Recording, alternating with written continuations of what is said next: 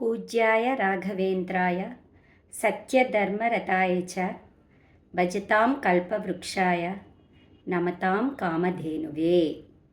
అంటే అర్థం ఏంటంటే, రాఘవేంద్ర స్వామిని కానీ పూజిస్తే పూజ్యాయ రాఘవేంద్రాయ సత్యము ధర్మము అనేవి మనకు అలవడతాయి. సత్య ధర్మాల్ని రతం చేసిన దాంతో అంటే ఆచరించినట్టు అనమాట. రతాయ చ భజతాం కల్పవృక్షాయ, మనము ఆయన్ని భజిస్తే కల్పవృక్షంతో సమానం. అంటే మనకు వరాలని కురిపిస్తాడు. నమతాం కామధేనువే, అంటే నమ్మిన వాళ్లకు ఒక కామధేనువు లాగా అనమాట రాఘవేంద్ర స్వామి. అంటే ఆయన నుంచి మనం ఏది కోరుకుంటే అది వస్తుంది. ఇది దాని అర్థం.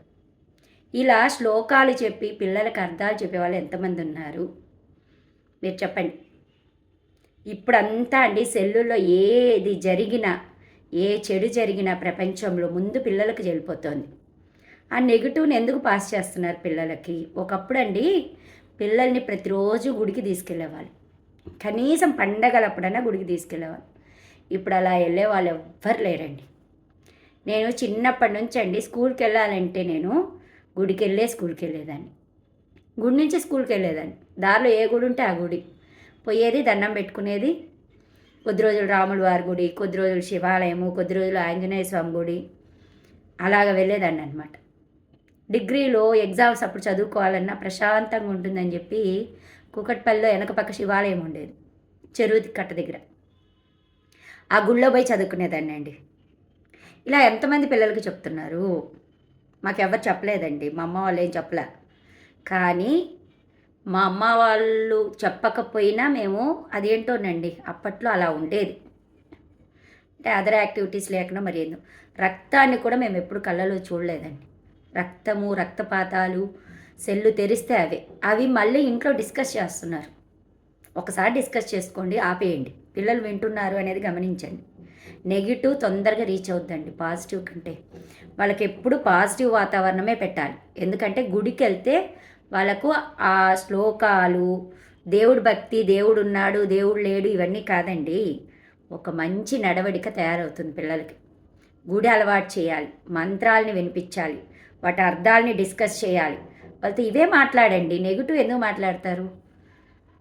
నేను ఇప్పుడు కూడా చిన్నప్పటి నుంచి ఇప్పుడు కూడా ఏ రోజైనా అండి దారిలో ఏ దేవుడు కనిపిస్తే ఆ దేవుడికి దండం పెడతా. పక్కనే మా బాబు ఉంటాడు కాబట్టి వాడు కూడా అలవాటు చేసేసుకున్నాడు.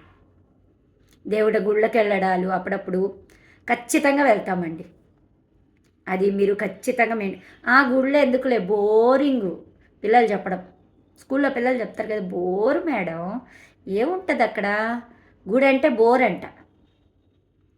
ఒకప్పుడు అండి ఎందుకని ఊరవతలు ఉండేవంటే గుళ్ళు, అదే పనిగా మనము ఆ సమయాన్ని కేటాయించేవాళ్ళం గుడికి ప్రతిరోజు.